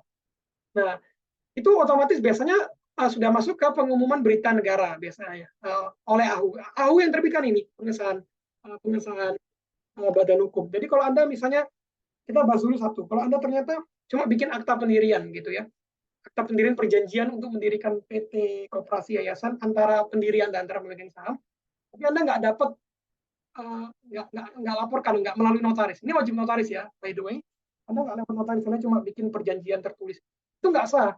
Kalau nggak sah, akibatnya PT, yayasan, dan koperasi Anda itu tanggung jawabnya tidak terbatas. Jadi Anda harus tanggung jawab sampai harta pribadi. Ibaratnya itu PT yang tidak punya perlindungan hukum terhadap kekayaan pribadi Anda. Dia rugi dong bikin PT. Itu satu. Lalu kemudian kalau ternyata PT ini sudah pengesahan oleh Kemenkumham, langkah selanjutnya apa? Kalau menurut hukum, nanti notaris ini melalui notaris dia harus daftar namanya BNRI. Yang tadi saya sudah jelaskan di Berita Negara Republik Indonesia yang mengumumkan, dia harus diumumkan PT ini sudah disahkan badan hukumnya sehingga dia resmi sebagai badan hukum. Ini memang ada, mungkin dalam praktek ada PT yang kadang nggak bikin BNRI atau apa. Tapi ini bahaya, nanti ke depannya kalau dia semakin besar, contoh dia mau jadi PT terbuka, dia suatu hari mau pembubaran, mau dijual PT-nya, Anda mau jual ke pihak lain, itu susah. Nanti Anda ditanya, itu ibaratnya kayak Anda sederhana, Anda punya mobil ya, kadang pernah dengar nggak kalau mobil pertama punya STNK, punya punya BPKB ya, BPKB kan bukti kepemilikan. Ketiga biasa punya namanya faktur. Kalau Anda dengar, kalau Anda beli mobil biasa dapat faktur. Pada praktek, kalau Anda lihat kadang itu juga bisa jadi masalah. Kalau nggak ada faktur, kalau contoh ini ya, pengalaman pribadi, kalau di showroom nanti harganya dikurangi, bisa 5-10 juta. Karena dia tanya, mana faktur? Faktur itu apa? Faktur itu nota. Nota yang dari dealer Honda misalnya ya. Kalau Anda pernah beli mobil. Itu sama kurang lebih. Ya, walaupun agak beda, tapi ini analogi aja ya. Kalau Anda di PT, Anda supaya lengkap, suatu hari Anda secara administrasi lengkap, harus daftar lengkap. Mulai dari akta pendirian harus nanti daftarkan ke Menkumham, melalui Dirjen AHU. AHU ini administrasi hukum umum, nanti terbit pengesahan badan hukum, lalu nanti melalui notaris Anda harus daftar BNRI, baru-baru nanti urus izin ya, NIB gitu-gitu di OSS. Ini mungkin Vina ada yang mau nambahkan dari saya penjelasan supaya lebih komprehensif. Ya mungkin sedikit tambahan aja. Kalau perusahaan harus disahkan ya melalui SK Menkumham sehingga akan masuk ke dalam database AHU. Nah, mengapa ini menjadi penting? Karena database akan tersinkron dengan OSS untuk pelaku usaha melakukan NIB dan mengurus perizinan yang diperlukan. Mungkin tambahannya sedikit itu, Eko. Terima kasih. Oke, terima kasih atas jawabannya Mas Eko dan Mbak Vina. Ini saya juga jadi belajar banyak ya di sini istilah-istilah hukum yang saya juga baru tahu. Nah, semoga terjawab ya Mbak Vin. Terima kasih. Kita lanjut ke pertanyaan berikutnya. Nah, ini ada dari Mbak Melani. Mbak Melani ini bertanya, apakah perusahaan perseorangan atau pedagang itu dapat dilegalkan atau menjadi suatu badan hukum? Terima kasih atas pertanyaannya, Mbak Melani. Silakan dijawab kepada Mas Eko dan Mbak Vina. Terima kasih. Ya, baik, terima kasih Mbak Rebecca. Oke, jadi pertanyaannya, kalau Anda misalnya punya perusahaan perorangan ya, seperti tadi saya jelaskan, misalnya Anda punya online shop, punya toko, itu kan perusahaan perorangan. Pertanyaannya, bisa nggak dilegalkan menjadi suatu badan hukum?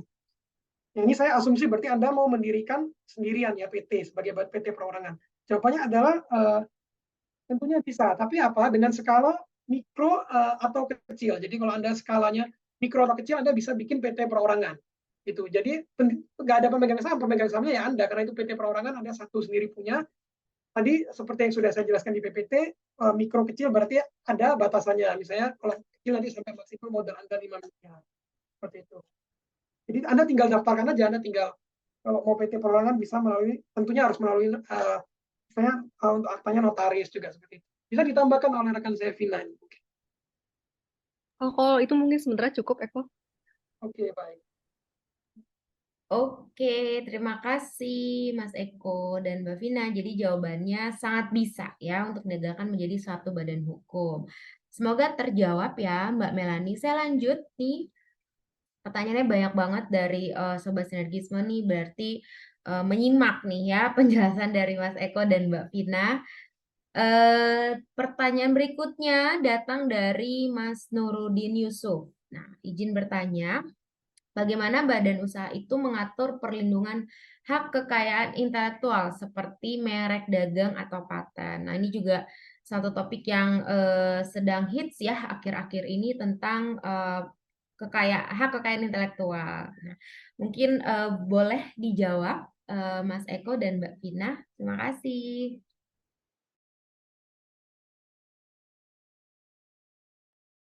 Baik, terima kasih Mbak Rebecca. Jadi kalau kita bahas tentang badan usaha, apakah bisa melindungi hak kekayaan intelektual?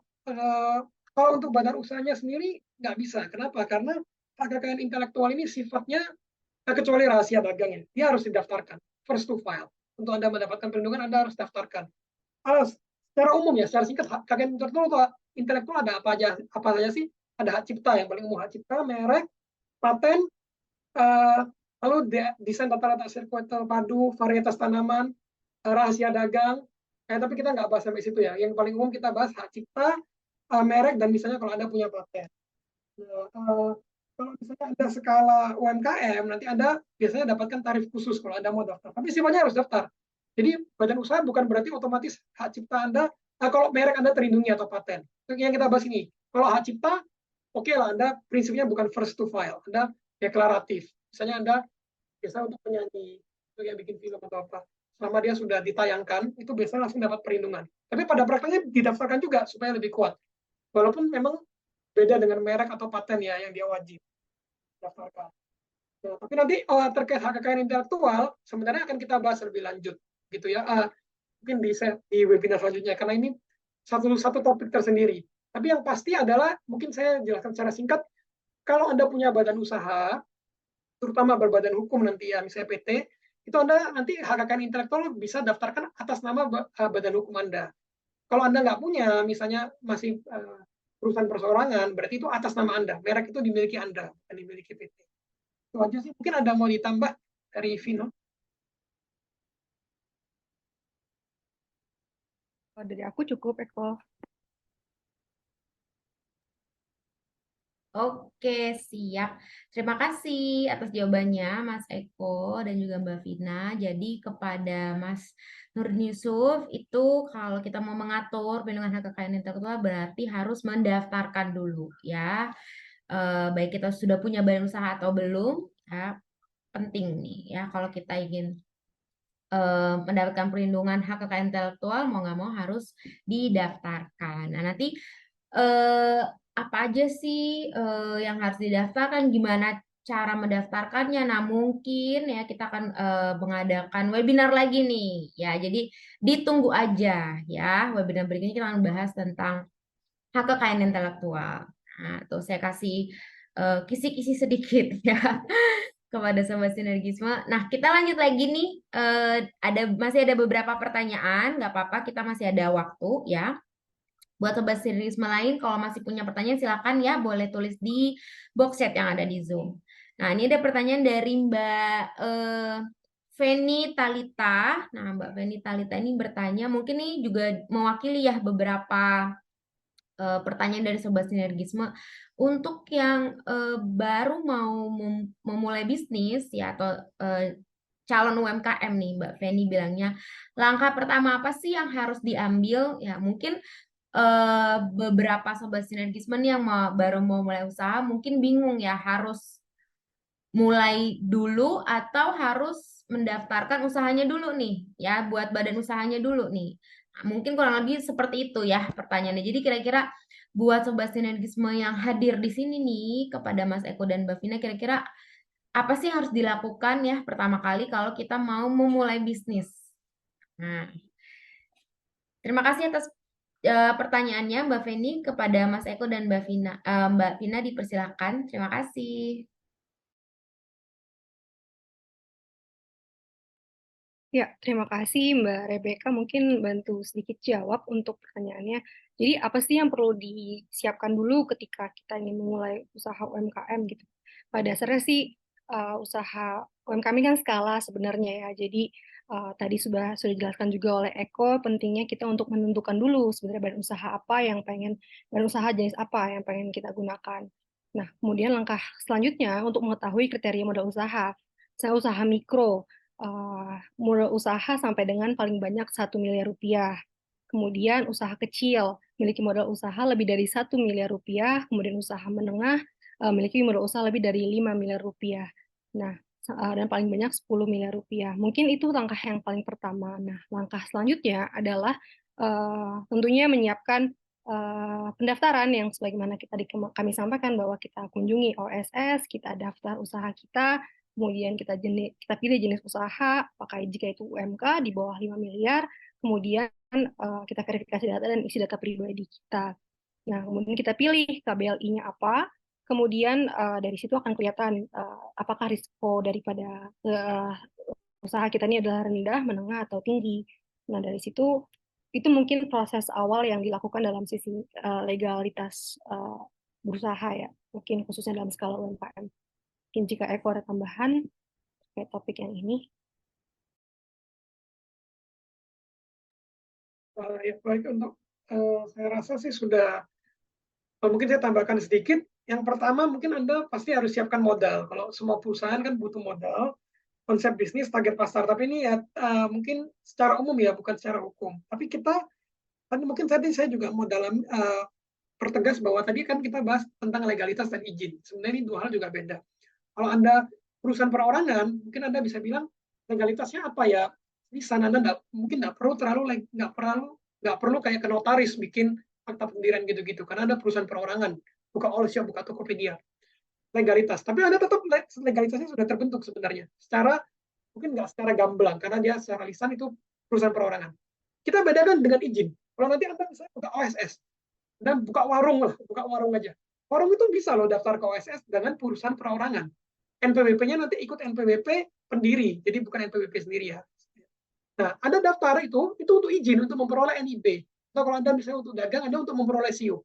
Jadi ini agak beda antara legalitas. Kalau legalitas ini untuk legalitas badan usaha Anda.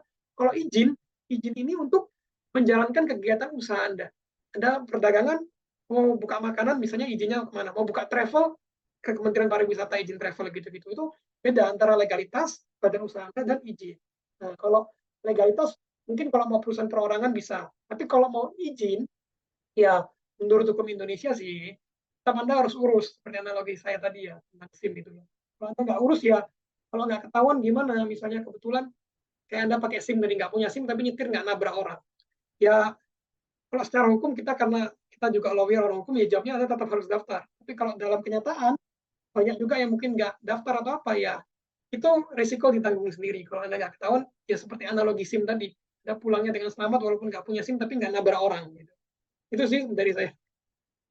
Mungkin sedikit tambahan juga perlu diingat teman-teman bahwa legalitas usaha itu sangat pentingnya juga ya dengan konsep bisnis yang akan dijalankan. Jadi jangan pernah sepelekan mengenai legalitas dan perizinan berusaha. Nah, dari juga jika kita dalam skala UMKM, teman-teman akan mendapatkan keuntungan dari pemerintah yang tadi kami telah jelaskan seperti pembiayaan, penyediaan bahan baku, dan lain-lain. Ini sedikit tambahannya. Oke, terima kasih atas jawabannya Mbak Vina dan juga Mas Eko. Ya, jadi tadi mungkin kalau saya bisa kasih ulang sedikit ya, kalau dari Mas Eko harus siapkan modalnya ya, penting karena kalau kita mendaftarkan badan usaha itu juga ada biayanya ya, Sobat Sinergisme. Terus kalau dari Mbak Vina tadi harus tahu dulu ya kriteria UMKM itu apa sih, skalanya juga ada berapa skala. Nah, Sobat Sinergisme ini harus cek tadi kan udah di-share ya. Tadi oleh Mas Eko dan Mbak Vina UMKM itu ada kategorinya. Terus nanti tinggal pilih mau bentuk badan usahanya tuh apa, perusahaan perseorangan, PT, CV, atau yang lain ya. Semoga terjawab ya Mbak Feni. Kita lanjut ke pertanyaan berikutnya. Masih semangat ya Mas Eko dan Mbak Vina. Ini ada beberapa pertanyaan lagi dari Sobat Sinergisme nih.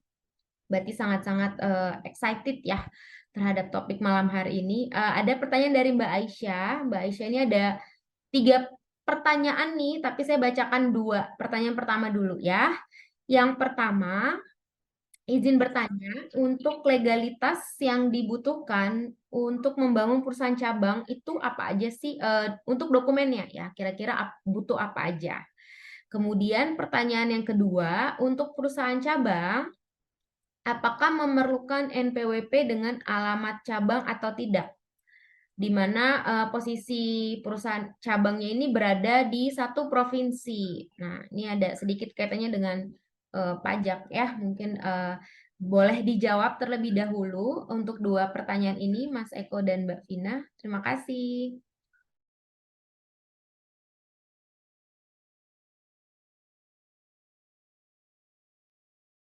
Oke, baik. Terima kasih Mbak Rebecca.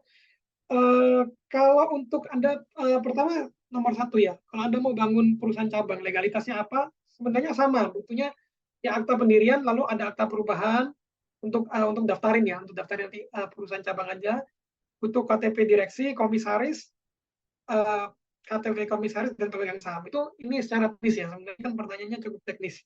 Nah, tapi intinya begitu, ini prosedural aja, sistemnya prosedur bisa dilakukan ya, untuk legalitas. Nah, kalau untuk perusahaan cabang, jadi pertanyaan kedua, apa perlu NPWP dengan alamat cabang? Kalau untuk NPWP cabang itu sebenarnya umumnya berbeda, jadi bisa beda antara NPWP cabang dengan perusahaan nanti yang Anda punya pusatnya. Seperti itu. NPWP bisa dua.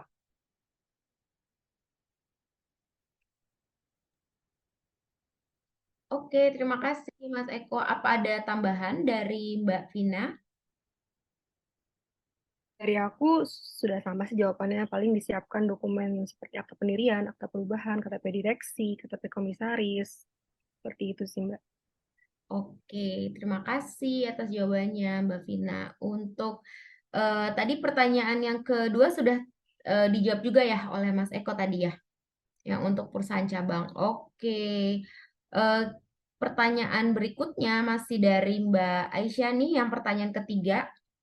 Nah, ini saya bacakannya agak panjang ya. Jadi ini ada kaitannya dengan perizinan dari OSS. Jadi Mbak Aisyah ini dari Batam. Untuk perizinan lahan, setiap provinsi itu punya regulasi yang berbeda. Tapi di Batam sendiri tuh sebelumnya ada dokumen KRK atau Keterangan Rencana Kota. Nah, diganti dengan PKKPR. Nah, ini mungkin Mas Eko atau Mbak Vina lebih paham nih ya. Jadi PKKPR ini mengganti dokumen apa aja sih? Apakah hanya izin lokasi atau gimana? Terima kasih atas pertanyaannya Mbak Isa. Boleh dijawab Mas Eko atau Mbak Vina? Terima kasih. Mungkin aku coba jawab ya, ini cukup teknis jika kita sudah login nanti ke OSS. Nanti ketika masuk ke penyesuaian kemanfaatan ruang, itu ada diperlukan peta poligon. Nanti mungkin seperti itu sih nanti ketika sudah mendaftar untuk penyesuaian kemanfaatan ruangnya. Mungkin kalau Eko ada tambahan sedikit. Iya, jadi ini saya asumsi ini kelihatannya yang Mbak yang bertanya ini eh, tanya soal PKKPR ini risiko usaha dia kayaknya bukan rendah atau menengah rendah. Karena itu tentunya kalau yang Anda tadi risikonya rendah itu butuhnya biasanya cuma ketik alamat di OSS. Nanti Anda nggak perlu peta poligon, tinggal pinpoint masuk OSS langsung terdaftar. Tapi kalau Anda nanti sampai PKKPR, itu adalah penyesuaian pemanfaatan ruang dari BPN. Jadi intinya apa sih PKKPR itu? Untuk memastikan uh, lokasi Anda itu sudah cocok dengan yang Anda katakan gitu ya dari BPN. Karena itu Anda butuh peta poligon. Peta poligon itu seperti peta ini ya, peta tata ruang dana yang Anda harus bikin, yang Anda harus ajukan. Ya kadang butuh koordinasi supaya biasanya disetujui memang agak rumit gitu peta poligon. Anda butuh koordinasi. Bahkan kalau Jakarta kadang juga dengan KBKPM juga bisa itu untuk peta poligon koordinasi. Itu aja sih. Mungkin sedikit tambahan, jadi tujuannya adalah jangan sampai lokasi ruang terbuka hijau, tapi malah dipakai untuk bangunan usaha. Seperti itu sih, yang tujuan utamanya. Oke, mantap sekali nih ya jawabannya dari Mas Eko dan Mbak Vina. Terima kasih. Semoga terjawab ya Mbak Aisyah. Kita lanjut. Ini mungkin dua pertanyaan terakhir ya dari Sobat Sinergisme sebelum kita tutup. Ada pertanyaan dari Mas Helbert. Nah, Mas Helbert bertanya, apakah CV yang masih punya NIB lama bukan NIB berdasarkan resiko? Apakah harus mengubah akta pendiriannya disesuaikan dengan NIB baru? Dan bagaimana NIB yang lama yang sudah didapat? Itu aja pertanyaannya dari Mas Helbert. Silahkan dijawab Mas Eko atau Mbak Vina. Terima kasih.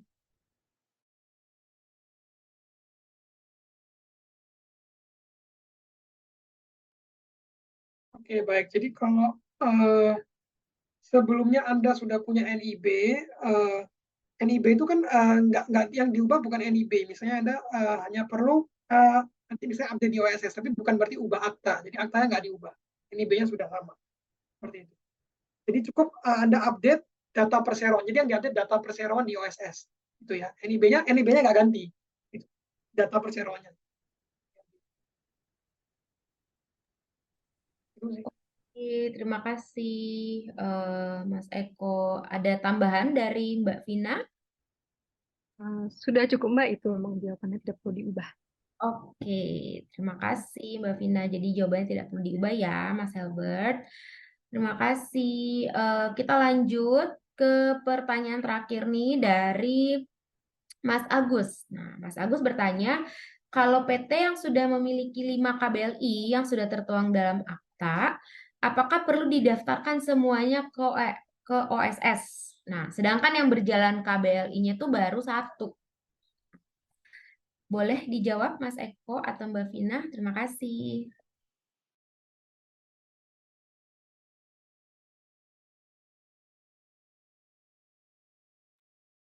Jawabannya perlu ya Mbak, untuk tiap-tiap usaha, tiap-tiap eh, tiap-tiap KBLI untuk usaha-usaha yang berbeda itu perlu didaftarkan untuk KBLI yang berbeda, namun NIB tetap sama.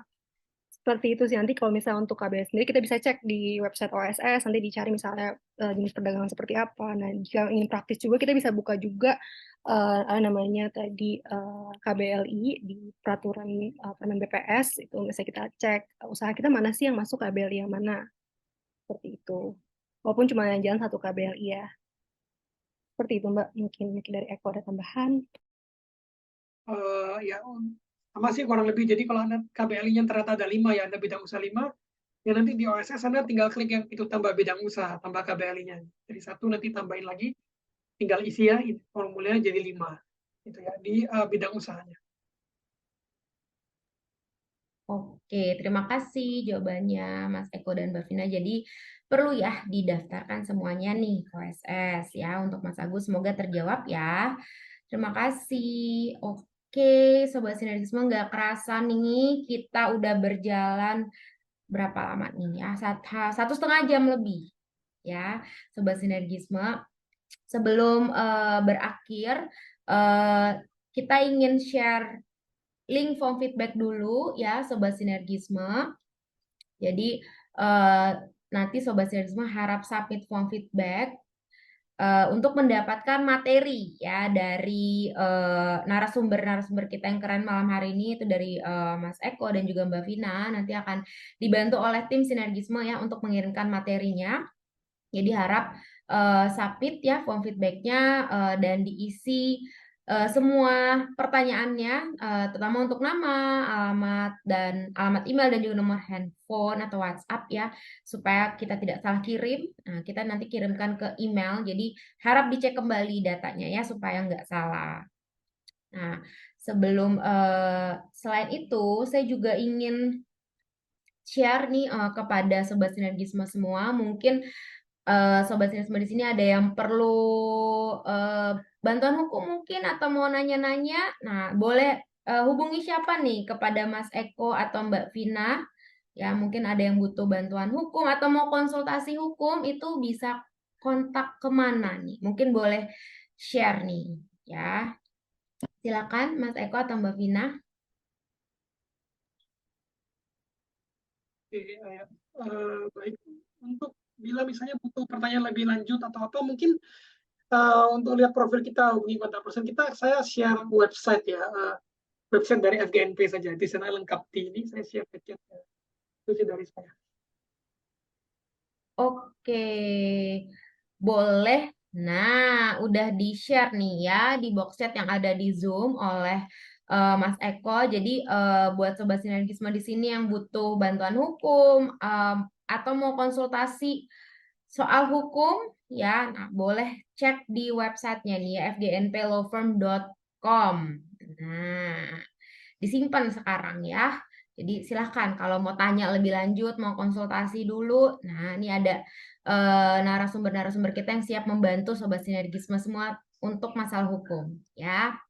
Buat Sobat Sinergisme juga yang mau belajar keuangan bisnis atau mau konsultasi keuangan, nah boleh tanya ke Sinergisme ya. Jadi kalau mau nanya ke siapa? Boleh follow Instagram kita ya di @sinergisme. Nah, atau boleh chat admin kita nih di WhatsApp ya. Pasti Sobat Sinergisme udah eh, terima nih linknya ya. Ada di Zoom tuh udah di-share oleh operator kita. Boleh follow juga Instagram kita Sinergisme buat yang mau belajar keuangan bisnis atau mau tanya-tanya, mau konsultasi dulu juga boleh. Silakan ya. Langsung di follow sekarang ya Instagram kita.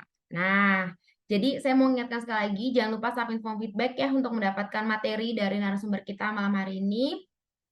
Sekali lagi saya ucapkan terima kasih sebanyak-banyaknya kepada Mas Eko dan Mbak Vina.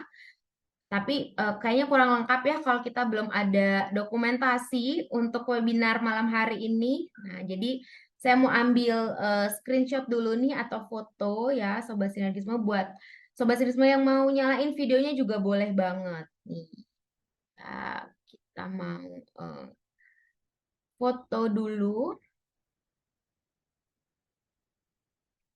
Oke. Kepada operator sudah siap ya untuk ambil nih banyak nih ya mungkin sampai beberapa layar atau halaman nggak apa-apa kita mulai dari halaman pertama dulu. Silakan Sobat Sinergisme kalau ingin menyalakan video ya boleh banget nih ditunjukkan wajah-wajah cantik dan tampannya ya supaya nanti muncul di Instagram kita ya. Jadi boleh dinyalain videonya jika berkenan nanti akan diambil gambarnya oleh tim Sinergisme. Sudah siap ya? Oke, kita mulai ya. 1, 2, 3. Sekali lagi, Sobat Sinergisme. Nah, boleh buat yang belum nyalain videonya, boleh nyalakan sekarang ya. Kita ambil foto satu kali lagi. 1, 2, 3. Oke, terima kasih Sobat Sinergisme semua yang hadir di webinar kita malam hari ini kolaborasi dengan FGNP Law Firm dengan judul Pentingnya Legalitas Badan Usaha. Terima kasih kepada Mas Eko dan Mbak Vina ya atas waktu dan presentasinya, sudah berbagi ilmu dengan Sobat Sinergisme semua di sini. Semoga bermanfaat ya untuk pekerjaan, untuk usahanya, ya untuk apapun itu ya. Saya Yulisa Rebecca, founder dan CEO Sinergisme. Mengucapkan terima kasih atas partisipasinya. Ya, semoga kita berjumpa lagi di webinar berikutnya atau di event-event menarik lainnya dari Sinergisme ya atau mungkin nanti kita akan berkolaborasi lagi nih dengan FGNP Law Firm. Nah, ditunggu aja ya. Selamat malam semuanya dan terima kasih sekali lagi kepada Mas Eko dan juga Mbak Vina. Sampai berjumpa lagi. Selamat malam dan selamat beristirahat. Terima Terima kasih. kasih Mbak Rebecca, terima kasih Ya, terima semuanya. kasih. Juga sampai jumpa lagi Mas Eko dan Mbak Vina. Selamat malam. Terima kasih.